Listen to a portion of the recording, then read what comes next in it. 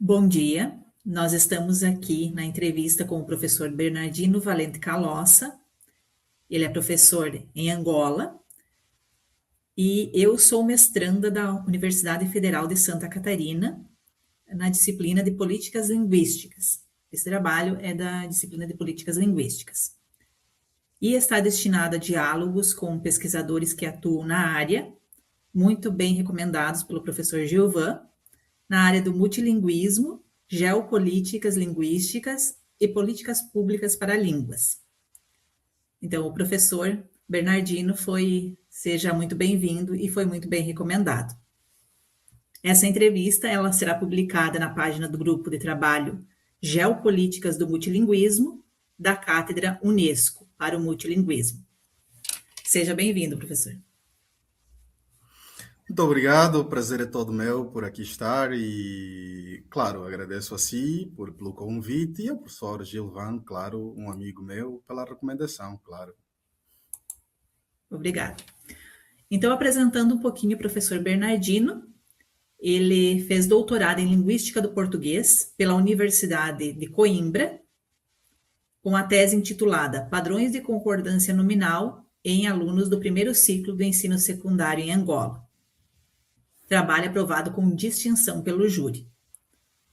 Tem mestrado em Português, Língua Não Materna, concluído em 2019 pela Universidade do Minho.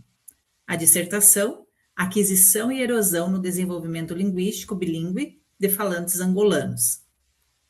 Vínculos universitários, é docente da Universidade Mandume Ia de Mufaio, área de especialização, Linguística Aplicada, Bilinguismo, Desenvolvimento Linguístico e Ensino de Português como Língua Não Materna. Professor, então fique bem à vontade, se você quer adicionar alguma coisa aí à sua biografia, alguma coisa assim que talvez não esteja nas plataformas e que você considere importante destacar. Tá tranquilo. O essencial está dito. A minha licenciatura, que é a formação de base, também é ensino da língua. E é isso. Tenho um outro percurso em ciência da informação, que não é por aqui chamado, mas isto também me dá um outro repertório, digamos assim, académico e que me permite analisar as coisas, grandes fluxos de informações, de maneira diferente. E então o essencial está dito. Vou falar um pouquinho então sobre a minha biografia, tá? Que eu não falei muito ainda na conversa com o professor. O meu nome é Sayonara de Fátima Almeida Ramos. Eu sou graduada em letras, português e inglês, mas atuei mais com língua portuguesa e com inglês só com os estudantes menores, pela Universidade do Oeste de Santa Catarina. Eu sou especialista em metodologia do ensino de língua portuguesa e literatura pela Uniaselv e sou mestranda em linguística pela Universidade Federal de Santa Catarina. A minha orientadora ela é a Carla Regina Martins Paza, na linha de variação e mudança. Atualmente eu trabalho no ensino de uma coordenadoria regional de educação. E eu trabalho com os professores, formação de professores, acompanhamento. Então, nós trabalhamos bem próximos aos docentes. E eu trabalho com a área de linguagens. Tenho experiência na área de letras, com ênfase em língua portuguesa. Trabalhei com estudantes do ensino médio noturno, ensino médio diurno, integral, há uns 20 anos. Comecei a lecionar com 19 anos, no início aí da graduação. Então, participo de projetos voltados à linguística, educação e ensino da língua portuguesa, mas também nas outras áreas do ensino, né? Desenvolvo ações relacionadas à recomposição das aprendizagens, porque há uma grande defasagem aí em relação às avaliações externas, e aí nós estamos com uma força-tarefa bem grande para essa recomposição. E também as políticas educacionais. Professor, então eu vou falar um pouquinho agora sobre, se você tiver alguma pergunta também sobre a minha formação, fique bem à vontade, tá? Vai ser um diálogo. Não, estou aqui a ver o nível de complementaridade que tem o seu percurso, que isto é interessante. Isso. Eu trabalhava com estudantes e agora eu trabalho numa coordenadoria de educação que tem a central, né, que é o órgão central que nós chamamos, e aí é dividido em coordenadorias. E aí eu fui convidada, Perfeito. não sou lotada, né, mas fui convidada para trabalhar nessa coordenadoria de educação. Então eu trabalho com área de linguagens e também com um programa chamado PAN, que é o Programa de Apoio aos Migrantes. E eles têm aulas de língua portuguesa e também tem aulas, letramento no caso, né? Só que nós deixamos assim para os professores bem claro que é importante essa questão da valorização da língua deles, então é um trabalho que de valorização também da cultura, né? Perfeito. Essa parte. Vou apresentar um pouquinho então do país. Angola, ela está localizada na África Central e possui 23 províncias. Capital Luanda, e sua história recente é marcada pela colonização portuguesa e pela independência conquistada em 1975 e pela Guerra Civil encerrada em 2002. Após a independência, o português foi mantido como língua oficial, por ser considerado um elemento de integração nacional entre os diversos grupos etnolinguísticos. Atualmente, ela é a língua das instituições da educação e da comunicação social. O uso do português ele cresceu significativamente, tornando-se língua familiar para grande parte da população. Nas áreas urbanas, predomina como principal meio de comunicação, enquanto nas zonas rurais coexistem o português e as línguas banto. A Angola, então, ela vive um processo de construção do chamado português vernáculo de Angola e a variedade influenciada pelas línguas locais. Até ontem eu sigo o professor no Google Acadêmico e aí cada assunto relacionado à pesquisa do professor aparece e eu estou conhecendo um pouquinho mais também do país e das pesquisas relacionadas à temática do professor. Ontem apareceu uma e eu já li também, já me atualizei. Apesar disso, o padrão ensinado nas escolas continua sendo português europeu e ainda não há uma norma oficial angolana consolidada. E essa informação, se alguma informação mudou depois, o professor pode também aí corrigir.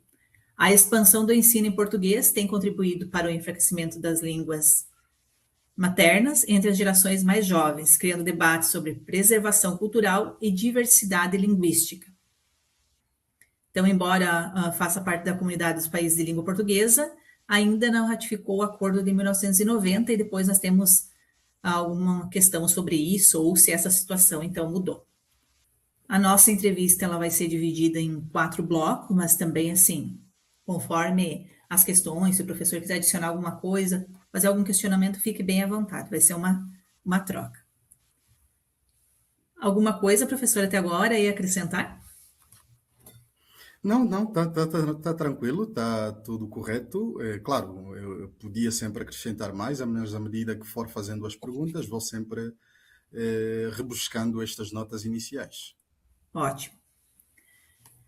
Então, eu li alguns artigos, algumas pesquisas do professor, pesquisei algumas coisas no Lattes e também alguns assuntos que estavam nos artigos e nos capítulos que o professor participou. Procurei pesquisar um pouquinho mais para montar a entrevista e apresentei isso para o professor na sala, né? E ele também sugeriu algumas questões. Sobre o ingresso escolar e o bilinguismo. Seus estudos eles indicam que enquanto nas zonas urbanas o português ele é predominante, nas zonas rurais muitas crianças têm o primeiro contato com essa língua por volta dos 7, 8 anos, em um processo de bilinguismo sucessivo. Muitas delas elas ingressam no ambiente escolar sem o domínio do português. Essa realidade ela persiste atualmente e de que forma essa lacuna inicial impacta na Angola? Persiste ainda atualmente, porque a zona urbana é um lugar onde Só os mais velhos, digamos assim, os mais avançados, 40, 50 anos, ou são bilíngues ou falam unicamente uma língua angolana. E isto faz com que aquelas pessoas que lidem, as crianças que lidem ou cresçam nestes contextos, ou sejam monolingue, falando unicamente o português, ou bilingue, mas com maior tendência para o domínio do português, porque é a língua de socialização e a língua de escolarização. Portanto, o contexto urbano é muito marcado por estas características, de facto. Entretanto, no interior a situação é diferente. O que é difícil lá encontrar no interior não são alunos monolingues, ou seja, é o contrário. O que é difícil encontrar no interior são alunos monolingues, porque quase todos são bilíngues, falando, portanto, duas línguas. E muitas delas só entram em contacto com o português no momento em que entram para a escola. E esta é uma situação que, como deve imaginar, cria sérios constrangimentos no ensino, havendo mesmo quem defenda a necessidade de um ensino bilingue, que vai transitando paulatinamente para o português. Mas, é claro, o governo acha que a solução não passa por aí, a solução passa pela alfabetização mesmo em língua portuguesa, e um estudo longitudinal que nós realizamos em 2017 mostrou que à medida que a escolarização avança em português, a outra língua vai perdendo, digamos assim, algum espaço naquilo que é o domínio linguístico do aluno, fazendo com que aconteça aquilo que acabou de referir, a erosão linguística, ou seja, a perda de competências na sua língua materna. E a hegemonia da língua portuguesa vai se dando de forma automática, considerando o seu papel relevante ao nível social. Mas mesmo estes que adquirem unicamente português em contextos urbanos, não se deve pensar que estejam a aprender uma língua portuguesa igual à europeia ou igual à brasileira. Não, não, não. Estão a aprender uma língua portuguesa já transformada, portanto, porque elas adquiriram o português de quem não a tem como língua materna. E então isto resulta numa mistura interessante, e esta língua portuguesa já transformada é que serve de identidade para a maior parte dos angolanos, e que, digamos assim, faz com que tenha identidade própria. O português de Angola é o que é por essa transformação e por esta aquisição já de uma língua portuguesa transformada. E então, sim, o contexto urbano é marcado unicamente pelo português, mas um português que já está transformado. E isto é interessante porque é isto que faz a variedade angolana, que, como disse muito bem na sua nota inicial, está em descrição, e daí, claro, podemos passar para a sistematização e, por que não, normativização. Professor, então, até eu estava pesquisando ontem algumas palavras que nós também utilizamos, né? A questão da casa, que já está incorporada, inclusive, ao nosso vocabulário, e algumas outras que eu percebi, eu fui pesquisar algumas que são semelhantes aqui no nosso país, e é por essa influência também, né? Essa questão do vocabulário. Sim, o intercâmbio linguístico ao nível não só da lusofonia, ao nível dos países de língua portuguesa, mas também com o Brasil especificamente, é muito forte. É muito forte porque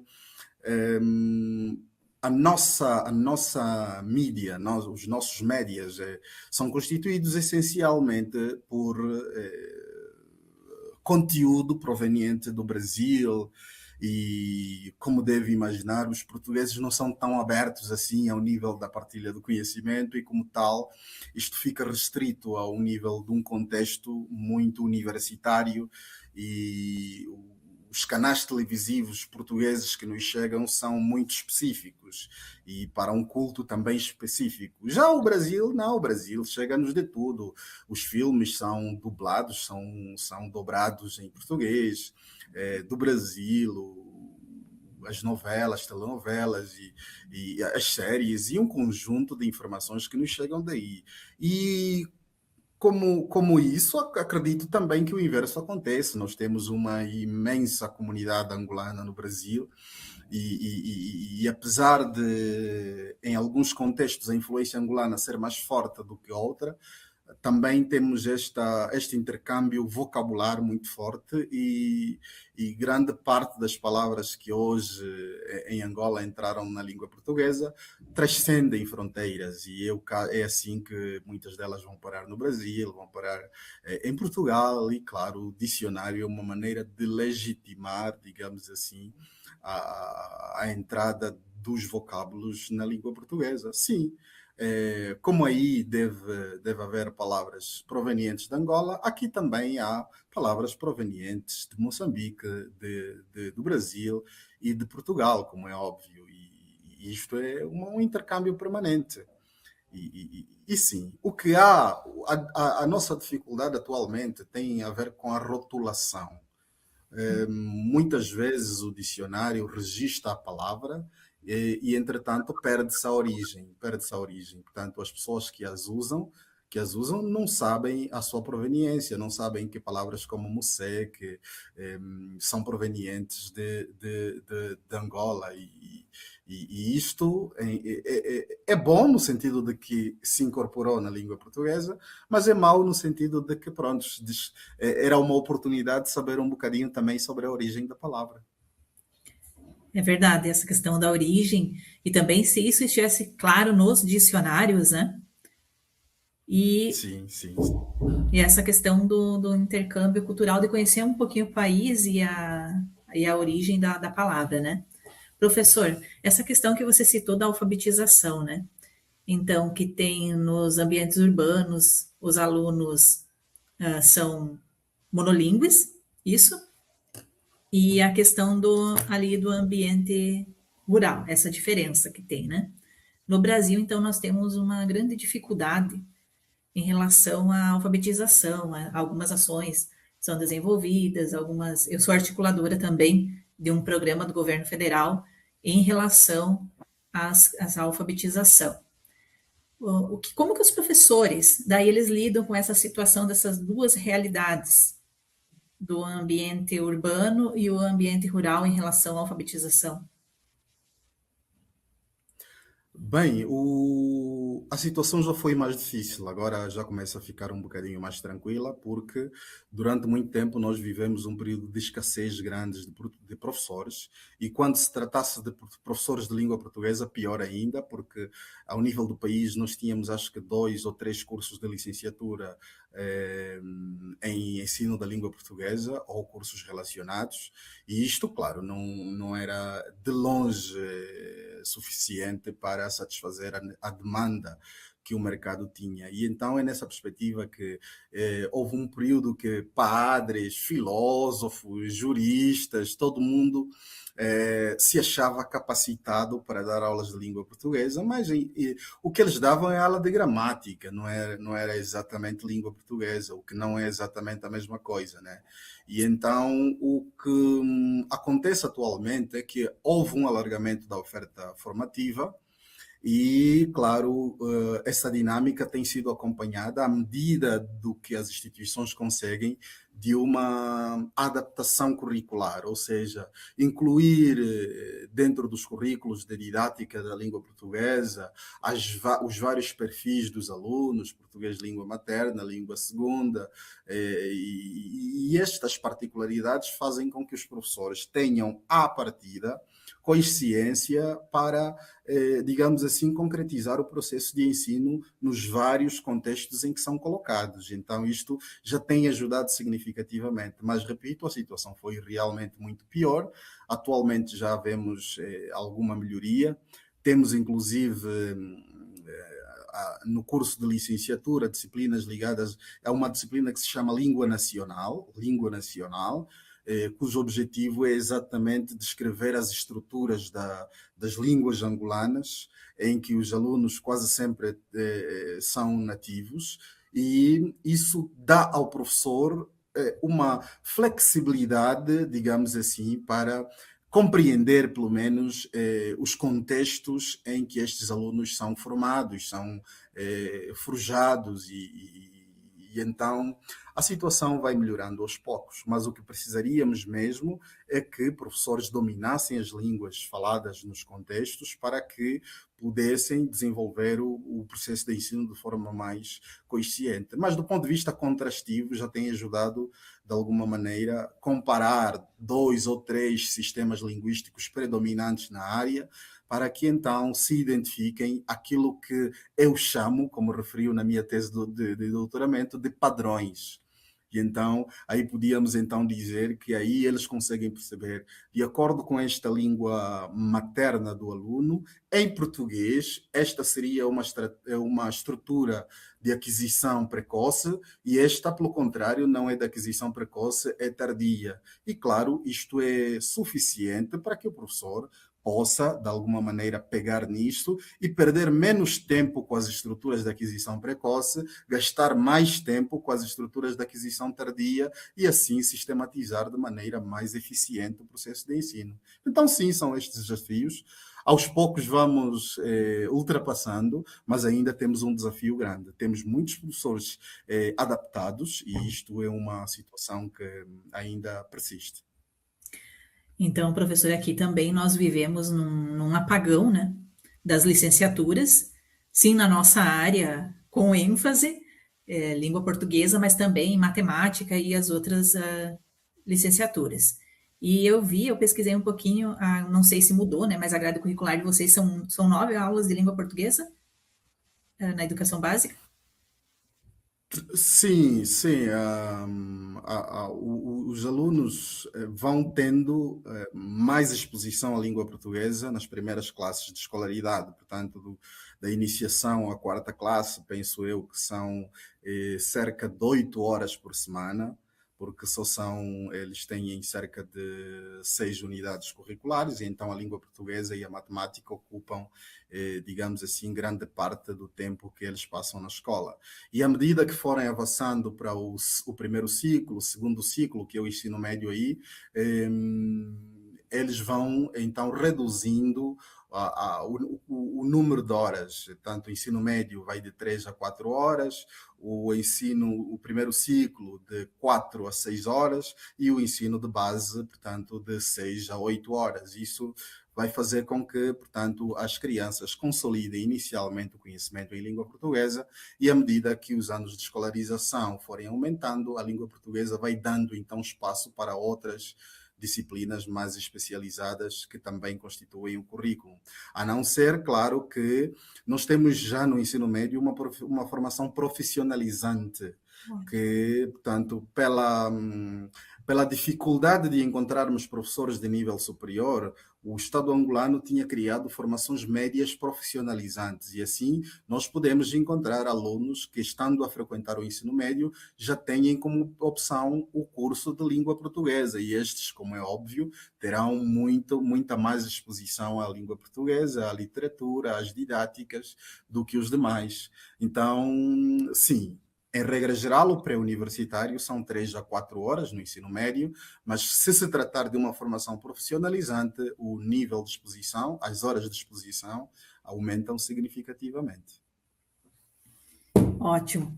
É essa questão de ter o diagnóstico do aluno também, né? Nós trabalhamos bem com essa parte de o que o aluno sabe, de onde o aluno partiu e como trabalhar para essas defasagens, né?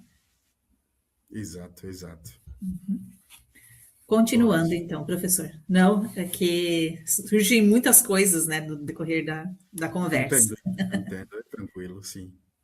Diante do fato de que, atualmente, grande parte da população já utiliza o português no ambiente familiar, como o governo pode formular políticas linguísticas que conciliem a unidade nacional promovida pelo português com a preservação e a valorização das línguas banto, evitando que essas corram um risco de redução, de desaparecimento?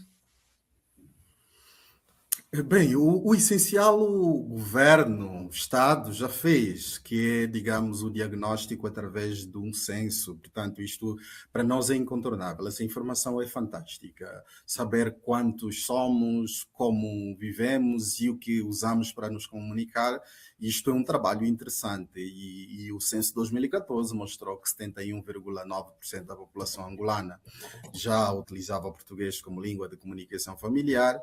E este último censo, realizado no ano passado, mostrou-nos que daquele número, 46% da população angolana tem o português como língua materna. Isto é extremamente importante sabermos. Agora, o que nós precisamos é de políticas específicas de ensino. Portanto, precisamos de instrumentos que ajudem o professor a ensinar o aluno com base nas suas particularidades, porque o Ministério da Educação tem apenas um manual e este manual parte do pressuposto de que o aluno tem o português como língua materna. Claro, o país todo não é assim. O país é diversificado, o país é diverso, muitas outras línguas, muitas outras culturas, e isto precisa de se refletir também nos manuais de ensino. Se não nos manuais de ensino propriamente ditos, então em documentos orientadores que ajudem a articular o processo de efetivação do ensino em contextos específicos. É isto que nós precisamos, e este trabalho é o que está um bocadinho lento para que então se possa fazer políticas específicas com base no perfil dos informantes. Agora, quanto às outras línguas angolanas, é extremamente também urgente começar a dar utilidade prática delas, porque o que as pessoas não veem é a utilidade prática. Portanto, eu, por acaso, falo porque tenho necessidade de me comunicar com os meus pais. Esta é uma utilidade que eu encontrei na minha outra língua, que é o Umbundo. Mas as outras pessoas, sobretudo os mais jovens, quando se lhes pergunta se dominam ou não uma outra língua além do português, e a resposta é quase que peremptória, não. E por quê? A justificação, vou aprender esta língua para quê?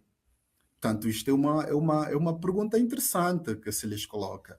Mas também, se darmos utilidade prática a estas línguas, além da comunicação, haveria necessidade, obviamente, de as pessoas aprenderem mais. Por exemplo, houve uma organização, há organizações não governamentais que chegam a Angola e querem trabalhar em inserção social ou assistência social e pedem que os candidatos dominem mais uma língua com base no lugar em que vão trabalhar, e isto tem mostrado que as pessoas, quando querem, podem aprender.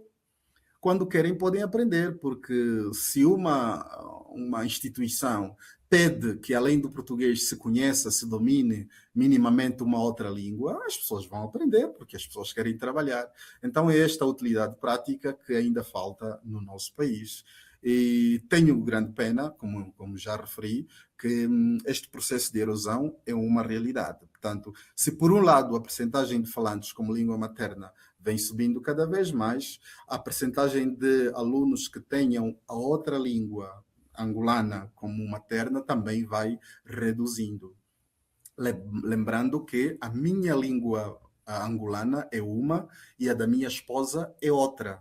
E então, os meus filhos, obviamente, a probabilidade de eles aprenderem uma língua angolana é muito reduzida, porque raramente têm estímulos auditivos para que eles ativem aqueles mecanismos, excepto quando têm a oportunidade de irem à casa dos avós, aí conseguem melhorar um bocadinho.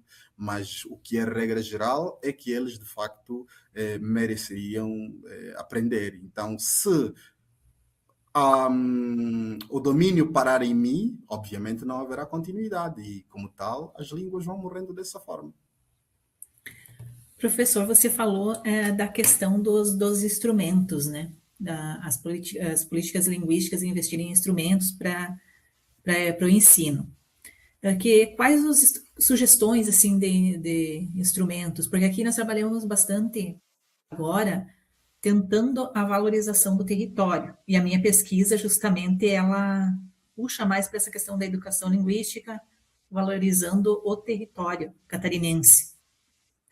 Quais instrumentos que seriam, no caso, que você considera importantes? Bem, existem, por exemplo, instrumentos ao nível do português de língua não materna, como é o caso do quadro europeu, não sei se já ouviu falar, quadro europeu comum de referências das línguas, que são indicadores específicos de competências requeridas para cada nível. Portanto, isto é importante porque ajudaria o professor a fazer um diagnóstico da situação concreta do estudante, para que a partir daí consiga perceber se este estudante, ao nível de competência, está muito abaixo daquilo que é padrão ou está no nível aceitável daquilo que é padrão. E então, acho que Angola precisa disso, né? Um instrumento que nos permita mensurar o nível do conhecimento linguístico dos alunos, para a partir daí desenvolver o processo de ensino. Paralelamente a isso, deve haver políticas de aceleração, digamos assim, da aprendizagem da língua portuguesa, porque um aluno da zona urbana, por exemplo, na cidade em que eu vivo, que é a segunda maior do país, na grande cidade, o domínio da língua portuguesa é maior. Saindo 200, 300, 400 quilómetros do interior no interior do país, o domínio é totalmente diferente. Então, eu, enquanto professor, se for colocado naquela escola, não tenho nenhum instrumento que me permita inicialmente mensurar o conhecimento dos alunos. Entretanto, eu devo trabalhar com o mesmo manual que o Ministério da Educação concebeu para este aluno. Então, paralelamente a este manual, podia haver orientações específicas para diagnóstico e aceleração em português, língua segunda, por exemplo. Seria uma medida, portanto, fantástica. E por que não haver, por exemplo, estratégias educativas que ajudem a fazer esta transição, tanto de português língua segunda para aquele contexto especificamente? Porque o manual vai trazer, só para ter uma ideia, se trouxer um texto brasileiro, um texto português, um texto de um angolano, um texto de um moçambicano, o mesmo texto vai ser aquele que é recomendado em todo o país.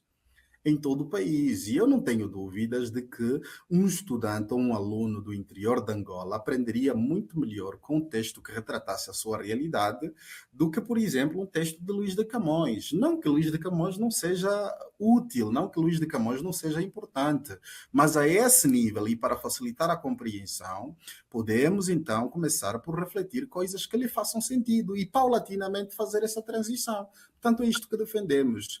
Instrumento reguladores do processo de ensino do português de língua não materna, portanto, isto não temos. Orientações didáticas específicas para alunos cuja língua materna não é o português. E, claro, políticas linguísticas de integração escolar daqueles alunos que só entram em contato com o português na escola. Então, são documentos como estes que nós precisamos. Ótimo. Eu fui pensando aqui na nossa situação também do Brasil, né? Nós temos agora ciclos de avaliações, né? E aí que os alunos vão diagnosticando, os professores vão diagnosticando, tanto de fluência, tem fluência e tem outros tipos de avaliações. E aí, no decorrer desses ciclos, o primeiro ciclo ele foi aplicado ali em fevereiro, aí o segundo ciclo ele é aplicado agora, e depois tem o terceiro ciclo. E no meio desses ciclos, os professores vão fazendo diagnóstico e vendo o que é preciso trabalhar. E a partir dessas avaliações, que são mais ou menos uns 3 anos que elas foram aplicadas, foi desenvolvido uma matriz priorizada, que o aluno não pode, digamos, sair do ensino sem ter essas habilidades. Porém, nós vemos também uma grande defasagem dessa questão do território, de trabalhar com textos mesmo que sejam comuns à realidade do estudante, essa questão do que o professor levantou agora, tá? Pois, pois, pois. É assim em todos os contextos multilingües, plurilingues, e isto é interessante no sentido de que, pronto, é preciso integrar para que todo mundo se sinta a participar do processo de ensino. Isso mesmo. Obrigada, professor. Então, no segundo bloco agora, sobre a necessidade de uma norma própria. Em suas pesquisas, o senhor discute o processo de nativização do português em Angola, resultante de uma erosão e recomposição gramatical, no contato com as línguas locais. Por que a institucionalização de uma norma angolana é fundamental para o crescimento pessoal e econômico do cidadão? Bem, antes de responder a isso, devo dizer que o processo de nativização é natural e já está a acontecer. Portanto, isto Uhum. não é uma coisa que as pessoas vão fazer. Portanto, ele é natural e já está a acontecer. Se há falantes de português desde o nascimento, isso já é um processo de nativização. Portanto, é natural e já está a acontecer. Agora, o que defendemos é que o processo de descrição da língua continue, para saber quais são as particularidades vá lá, fonéticas de português em Angola, morfológica de português em Angola, sintáticas do português em Angola, para então sabermos o que é que pode ser absorvido da norma europeia e o que é que, não dando para absorver, possa, digamos assim, ser adaptado à realidade. E é isto que falta, um trabalho, digamos assim, nacional, representativo, para que se faça um trabalho sério ao nível da sistematização da norma angolana. Isto é urgente e já devia ter sido feito. Só para ter uma ideia da confusão que existe aqui, há pessoas que ensinam de acordo com a terminologia gramatical brasileira, tanto que foi concebida inclusive para contextos de ensino ao nível do Brasil, e há pessoas que ensinam de acordo com as TLEBs, que é a terminologia gramatical portuguesa. Ou seja, o professor aqui dá aulas com a gramática que conseguir comprar. E então não há nenhuma orientação específica da parte do Ministério sobre estas questões terminológicas. Então, a escola é a mesma, mas dois professores de português vão falar em objeto direto, objeto indireto, adjunto adnominal, adjunto adverbial, e um segundo, complemento direto, modificador. E então repare que só ao nível da terminologia gramatical já é um problema que se coloca. Portanto, não há uniformidade ao nível do país no que respeita ao ensino da língua. E este processo passaria pela sistematização, portanto, da descrição do português. Isto resultaria numa gramática mais ou menos representativa ao nível do contexto angolano, para ser aplicada pelo menos ao nível do ensino. Um trabalho terminológico essencial para ou adotarmos as outras, que já existem no Brasil ou em Portugal, ou criarmos uma terminologia que melhor se adapte às nossas descrições. Também é possível. Um vocabulário ortográfico sistematizado, lembrando que até agora Angola não ratificou o acordo ortográfico porque supostamente está a fazer um trabalho está a construir o vocabulário ortográfico angolano, ou nacional, o VON, e este trabalho é um trabalho que já se vem arrastando há muito tempo, e isto cria constrangimentos de grande ordem, como deve imaginar, porque do ponto de vista da indústria editorial, Angola ainda é muito fraca, e então chegam nos livros do Brasil, chegam nos livros de Portugal, e estes livros que nos chegam do Brasil e de Portugal estão escritos de acordo com o acordo. Pois Então, sim, é a nossa é, próxima questão, mas de acordo com a sua fala, então me surgiram várias dúvidas, né? Como que poderia avançar essa questão de ter realmente um material, uma gramática que fosse feita para o português angolano? Assim, tem alguma ação nesse sentido, alguma discussão muito forte? discussões há, mas é discussões ao nível individual, ao nível de grupos e ao nível digamos assim, dos estudos individuais. Portanto, eu trabalhando na área da aquisição, a minha área de estudo é a aquisição da sintaxe. Portanto, eu centro-me especificamente nesse aspecto. Então, um ou outro especialista trabalhará na sintaxe pura, na morfologia pura, no texto puro. Então, são coisas particulares que acontecem. Agora, já temos o suficiente para a sistematização de uma gramática? Não sabemos, claro. Precisaríamos que se criasse uma comissão, obviamente nacional, que tivesse como finalidade, então, fazer uma recolha destes estudos, verificar o que é que já está descrito e se isso é suficiente para fazermos uma gramática que sirva de apoio ao ensino. Portanto, isto é um trabalho que ainda não se fez. Portanto, é uma iniciativa, é uma medida política, como deve imaginar, Uhum. e tudo o que é político sempre atrasa. E E assim, estamos à espera então que aconteça dessa maneira, porque enquanto quem manda, digamos, com as devidas aspas, quiser que o padrão angolano continue a ser o europeu, vai ser assim. É. E para avançar nessa questão dessa comissão ainda não está fácil, então. Não, não está fácil, não está fácil. Eu estive numas reuniões desta comissão multissetorial, mas ela está mais parada do que a trabalhar, né? Porque a comissão desperta quando há uma reunião do ILP, quando há uma reunião ao nível da CPLP, quando há uma reunião com grupos multissetoriais de investigação científica, mas após isso todo mundo cai no esquecimento e nós não temos um Guimarães Rosa, nós não temos um Camões que se ocupe permanentemente destas questões. E eu acho que isso também é uma ruptura ao nível de Angola, porque precisaríamos ter que a difusão internacional da língua portuguesa fosse tarefa de todos. Portanto, todas as atividades que nós fazemos ainda são equacionadas única e exclusivamente por intermédio da Comissão Nacional do ILP, do Instituto Internacional da Língua Portuguesa. E não há cá um Instituto Nacional da Língua Portuguesa que também se ocupe destas questões. Houvesse, talvez, estávamos um bocadinho mais avançados nestas discussões, mas não é o caso ainda. E queiramos nós, já a Comissão Nacional de Angola no ILP fez sim uma proposta ao governo, portanto, neste sentido, e vamos ver se passa. Professor, você falou da questão do acordo, né? Mas quais foram os principais motivos que levaram o país a ainda não ratificar o acordo? Bem, até onde sabemos, e aquilo que é oficial, é a construção do VON, que é o Vocabulário Ortográfico Nacional, de acordo com o que se defende a necessidade da harmonização, de comparar aquilo que é a proposta do acordo com a adaptabilidade das várias palavras provenientes das línguas angolanas para a sua transição no português. Mas se quiser a minha opinião, eu diria que isto não é um verdadeiro problema, porque estamos a falar da língua portuguesa e não estamos a falar daquelas línguas. E então, tecnicamente, aquelas línguas, se viessem para o português, obedeceriam às regras da língua portuguesa.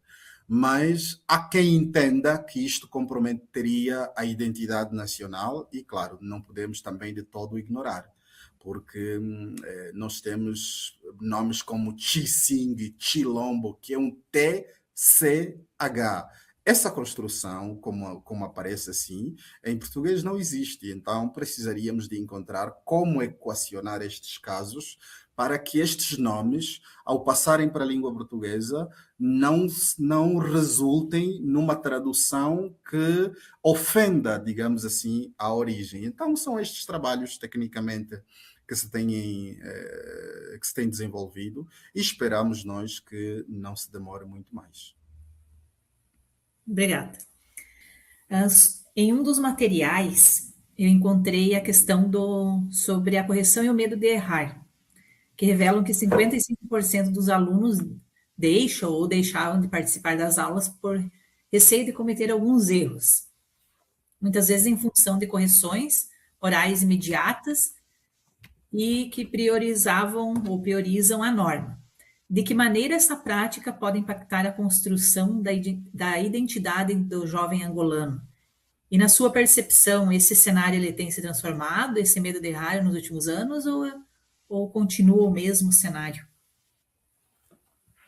Bem, o estudo de que se refere é um estudo muito específico que foi desenvolvido no âmbito do processo de ensino para fazer um diagnóstico de como é que os professores então ensinavam a língua portuguesa no contexto, em contextos específicos, sobretudo o contexto urbano. E o que verificamos na altura é que estes professores, que em vez de português como tal, de uma maneira geral, ensinavam gramática, estavam mais preocupados com o ensino de regras específicas da língua portuguesa do que exatamente na promoção de uma reflexão consciente da parte dos alunos.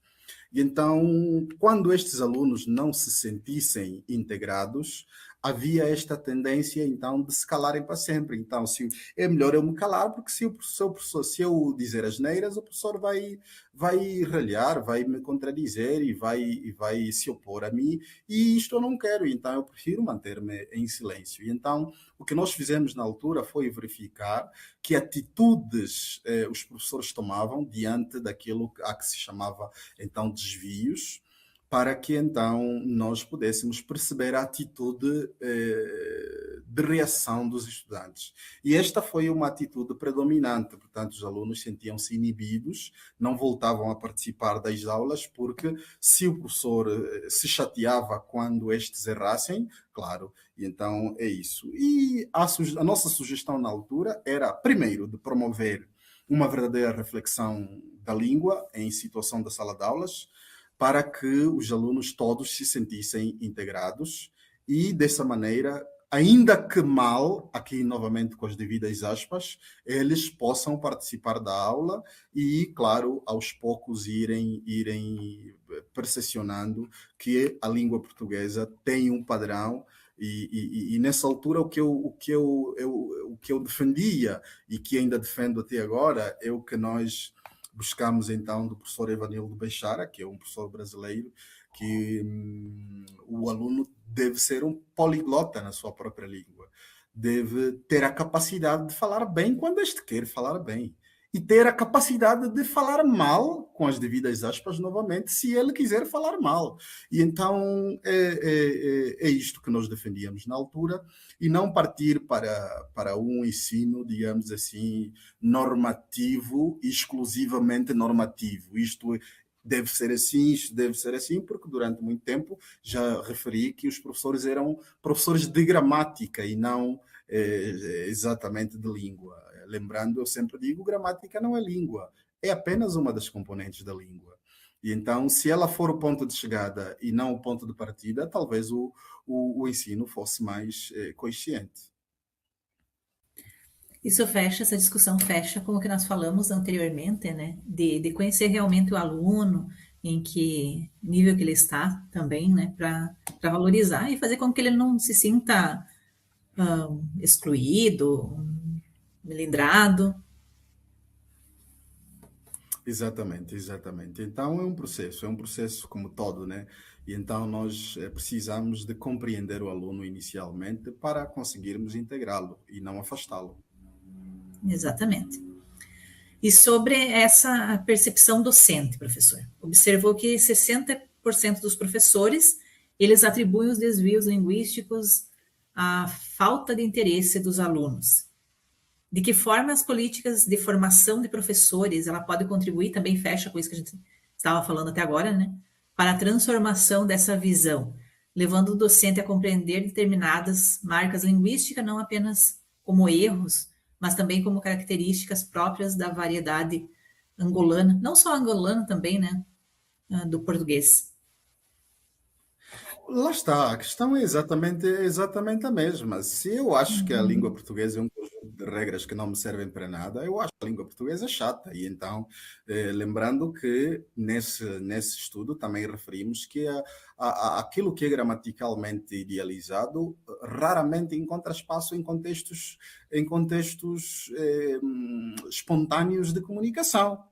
Tanto encontrar-te-é e encontrar-te-ia, falar-te-ia, essas coisas não ocorrem no discurso coloquial das pessoas. Então, Não, é uma coisa que não acontece. Então, se o professor insiste nisso, e só nisso, é claro que o aluno perde o desinteresse pela língua portuguesa. E então, mas se dizer, epá, vocês falam assim, mas também existe isso, e vocês, se quiserem, num contexto mais formal, essa é a opção a que vocês devem recorrer, claro, é muito mais interessante. Você não está a afastá-lo, está a integrá-lo e a dotá-lo de capacidades para que ele possa variar de registro em função do contexto em que se encontrar. Então, sim, há sim desinteresse, porque, claro, aprender língua portuguesa em muitos contextos é visto como um conjunto de assimilação de regras claro, aí entra o papel da linguística, da pragmática e de todas as áreas que complementam a gramática para que a reflexão consciente aconteça. E a formação de professores, mais uma vez, é fundamental, porque um professor de língua portuguesa é um professor completo. E ele vai aprendendo todas estas particularidades para estimular os alunos a participarem das suas aulas e, como tal, claro, a crescerem do ponto de vista linguístico, tendo, claro, a competência metalinguística, que é a que quase sempre não se desenvolve nos alunos. Professor, e a questão que você se tornou o primeiro angolano doutor em linguística do português, isso? Não, não, não, não. Eu fui o primeiro angolano em linguística do português na Universidade de Coimbra. Muitos linguistas em Angola, só que não têm doutoramento por aquela universidade. Eu fui o primeiro angolano a ter doutoramento nessa área, naquela universidade, só isto. Só que, na altura que o meu doutoramento saiu, esta informação tornou-se tão viral que são cerca de 10 órgãos de comunicação social que passaram essa informação. E pronto, de primeiro angolano doutor pela Universidade de Coimbra, passei a primeiro angolano doutor em linguística em Angola. Portanto, a mídia tem dessas. E então, isto foi uma situação bastante constrangedora, porque os outros linguistas, que também já são doutores, claro, sentiram-se mal, né, com esta questão. Mas, assim, é um problema dos órgãos de comunicação social, mas eu sou só o primeiro doutor por aquela universidade. Há muitos outros, e alguns dos quais já nos anos 90, há muito tempo. Professor, e essa sua relação eu achei alguns materiais também que você é um grande incentivador dessa formação de professores, né? E dessa continuidade de estudos, como que você contribui para que os seus colegas também tenham essa questão da pesquisa, né? Continuem estudando, investigando. Felizmente, o ensino superior em Angola despertou para a investigação científica. Isto não era uma coisa muito comum por cá. Agora já há projetos nacionais em que grupos de investigadores podem submeter projetos e ganharem financiamentos específicos. Eu mesmo desenvolvi um projeto com financiamento do Estado, em que criamos glossários, que são pequenos livros de bolso para auxiliar a formação especializada. A escola em que eu atuo agora é uma escola técnica, portanto, formamos engenheiros engenheiros, informáticos e coisas dessa natureza. O que acontecia é que muitos deles acabavam o ciclo de estudos e não se lembravam dos principais conceitos e termos da sua área. Então, vendo esta dificuldade, criamos glossários especializados. E então, a estratégia que eu utilizei é trabalhar com pessoas que, não sendo da minha área, me pudessem ajudar na construção desses glossários, os especialistas. Então, a primeira estratégia é exatamente essa: formar grupos de pesquisas especializados em língua portuguesa ou multidisciplinares, para que, em conjunto, consigamos resolver os principais problemas que alcançam o processo de ensino. E então, sim, pesquisas colaborativas, ao nível individual também realizar pesquisas, e então isto é uma coisa que hoje tem estado a crescer. Como lhe disse, na semana passada estive num seminário que foi realizado por alguns professores do ISCED, que é uma outra instituição com a qual colaboro, e que, obviamente, muitos deles ou foram meus colegas ou foram meus estudantes de alguma maneira, e isto é um exercício interessante. Hoje, vendo alguém que, de alguma maneira, tem o seu percurso em língua portuguesa e está a começar e já cria um evento daquela dimensão, é-nos satisfatório. E é este o caminho, é isto que nos interessa, porque esta discussão é necessária para resolver os problemas que afetam a educação. Perfeito. Passando para um outro bloco, então, sobre o conflito geracional e o futuro.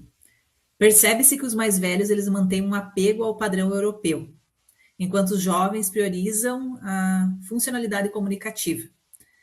Qual o senhor acredita ser o futuro do português na África, considerando que Angola é hoje um dos principais centros de expansão da língua?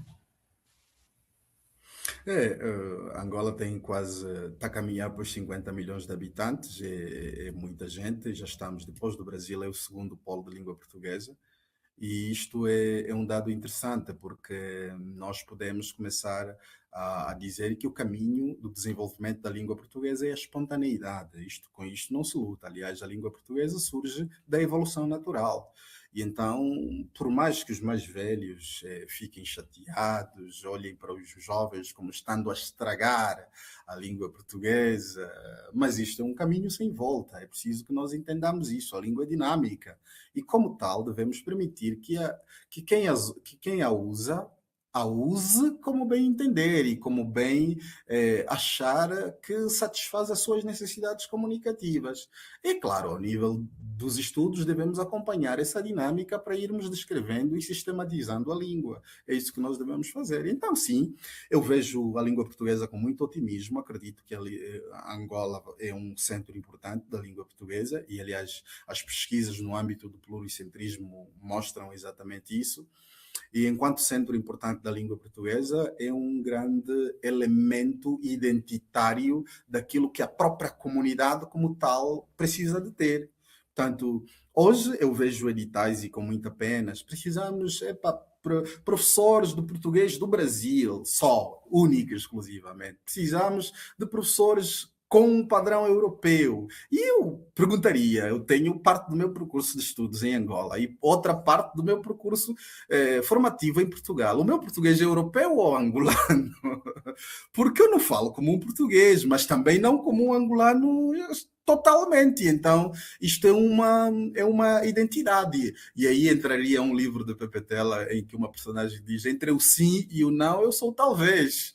E então isto é para levantar a discussão de que Angola é um centro importante. A Sayonara, se viesse a Angola, em alguns contextos, a Sayonara precisaria de tradutor. Desculpe, estou a chamá-la pelo nome, espero que não se importe. Em alguns contextos específicos, a Sayonara precisaria de tradutor, porque é uma língua portuguesa mesmo muito distante do padrão, e então, daquilo a que estamos habituados. E então, é isso, a língua portuguesa tem que ser fértil e é isto que faz a nossa identidade. Professor, já pensou em passar uma temporada no Brasil? Quem sabe? Claro, claro que sim, claro que sim. Eu tive uma imagem muito má do Brasil, porque, pronto, durante muito tempo nós tínhamos um canal televisivo que se chamava Record, aquilo era terrível, era terrível. E o que nos chegava era só desastres de manhã até à noite. Mas agora vou tendo alguns amigos brasileiros e vou desconstruindo toda esta narrativa e isto é o primeiro passo para que então eu possa, digamos assim, querer ir para o Brasil. O Brasil é maravilhoso, eu vejo a heterogeneidade brasileira do ponto de vista cultural, do ponto de vista da língua portuguesa. Eu, no meu mestrado, estudei o livro A Hora da Estrela, de, de Clarice Clarice. Lispector, e foi um exercício extremamente interessante. Através dele pude conhecer o Nordeste do Brasil em profundidade e pronto, são coisas que nós acreditamos que queremos também ver na prática como realmente funciona. Então o Brasil é um espaço muito atrativo do ponto de vista de interesses e conhecimento, claro. Marcelo Marmelo Martelo também, acho que eu li alguma coisa que o professor fez um estudo, né? Eu lembro, é com muita pena que este conto, nós tínhamos ele um extrato no livro da quarta classe, e a minha quarta classe, que já foi de um outro tempo e não de agora, tinha ainda este manual. Eu conheci este texto naquela altura. E então, quando, ao nível do mestrado, nós começámos a aprender o desenvolvimento fonológico das crianças, eu me lembrei, por que não fazer um trabalho nessa perspectiva? E então foi aí que me veio a ideia de eh, trabalhar os pares mínimos, que é um aspecto importante da consciência fonológica nas crianças, através deste conto, martelo, marcelo e marmelo, que são palavras que se diferenciam por pares mínimos. E então foi, sim, um artigo muito satisfatório e foi publicado mesmo naquela altura e até hoje serve de base para muitos contextos de ensino. Eu recebi agora um retorno que uma professora em França tem estado a desenvolver as suas aulas com base neste artigo. E, é claro, é sempre satisfatório quando sabemos que o objetivo para o qual criamos alguma coisa está, de facto, a ser concretizado. Me chamou bastante atenção porque esse livro ele é bastante utilizado nos anos iniciais no Brasil, né? E há vários anos e ele nunca se desfaz desse trabalho. Então eu fiquei bem feliz em ver que o professor também conhece e fez a pesquisa nesse sentido, né? A Ruth Rocha. Sim, sim, sim. Foi bastante satisfatório ter trabalhado naquele artigo. E pronto, como ela, esperemos que descobramos mais relíquias ao nível do Brasil para trabalhar. Professor, então, no Brasil, né, tem esse longo processo de distanciamento entre a norma culta e a falada. Que lições o professor poderia dar aos professores, aos falantes, em relação ao contexto brasileiro de combate ao preconceito linguístico e à valorização das identidades, em relação ao trabalho que o professor já Bem, fez, o que observou? sim, as discussões no Brasil são mais antigas. Eu lembro-me que houve um texto na altura da minha licenciatura, que é do professor Banho, ou Bagno, como nós dissemos aqui, que deu muita confusão em sala de aulas, porque a nossa academia ainda estava na altura dividida entre puristas e mais libertários e coisas dessa natureza ao nível da língua. Mas aquelas discussões foram importantes para dizer que não devemos olhar para a diversidade como uma coisa má. A diversidade é uma coisa fantástica, a diversidade é que faz a riqueza da língua portuguesa. Eu hoje olho para um mineiro aí no Brasil, eu tive colegas provenientes de Rio Grande do Sul, Rio de Janeiro, aquele chiado no falar, e mais lá do norte, que tem uma outra maneira de falar, e eu diria, sem rodeios, que isto é uma riqueza muito grande, é uma riqueza enorme, e é preciso valorizar isto. Isto não nos separa, antes, pelo contrário, nos torna na diversidade. Portanto, este é que deve ser, então, a visão da escola, integrar todos e dizer que o português do Brasil, o português do Rio de Janeiro é tão brasileiro quanto o português do Rio Grande do Sul, quanto o português de Brasília, quanto o português aí de Salvador, quanto o português enfim, vamos tendo estas particularidades que fazem a riqueza do país. Agora, depois vai aparecer estas questões de norma, não norma e por aí adiante, que precisam também de ser feitas, digamos, porque é uma tentativa de regulamentação do comportamento linguístico das pessoas para questões educativas. E isto é importante, porque além desta força centrífuga, que é aquela que permite a diversidade, tem de haver uma força centrípeta, que é aquela que permite a união e a intercompreensão. Eu consigo falar consigo neste momento porque temos uma base, digamos assim, normativa que permite a intercompreensão. E então não podemos nos dar ao luxo de dizer que também isto não é importante, é importante. Mas então eu sempre digo que esta parte normativa nunca deve ser o ponto de partida, deve ser sempre o ponto de chegada e começar sempre da nossa riqueza, da nossa diversidade, refletir de forma consciente para que, no final das contas, também digamos, afinal tem a norma também, que é a maneira, digamos assim, formal de usar a linguagem para também determinados contextos. Então, sim, esta é a experiência que eu passaria aos meus colegas angolanos, aos meus colegas brasileiros, moçambicanos, timorenses, cabo-verdianos e por todos os lugares por que passaria. Professor, eu moro no que chamam de interior de Santa Catarina, né? E a Universidade Federal, então, é no litoral, né? E o meu R ele é bem o que eles chamam de carregado, né? Então também tem essas diferenças no estado bem fortes, né? E essa questão que nós sentimos às vezes na pele, a questão de como essa diferença influencia nas nossas relações, na maneira como que as pessoas têm a visão sobre nós, né? E a importância desse trabalho de desmistificar algumas coisas, né? Sim, de facto, isto é incontornável. Isto é incontornável porque durante muito tempo cá em Angola, quando ouvissem uma pessoa falar, já se sabe, este é de Cabinda, este é do Huambo, este é do Lubango, este é de Luanda. E estas particularidades, às vezes, em muitos casos, determinaram a aceitação das pessoas em determinados contextos.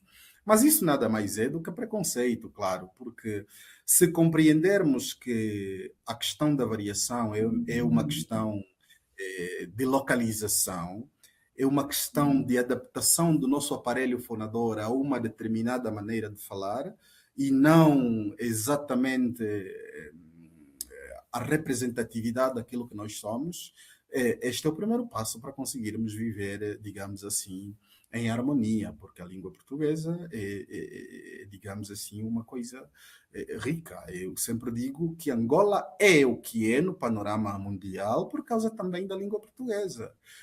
Da mesma maneira que o Brasil o é, da mesma maneira que Moçambique o é.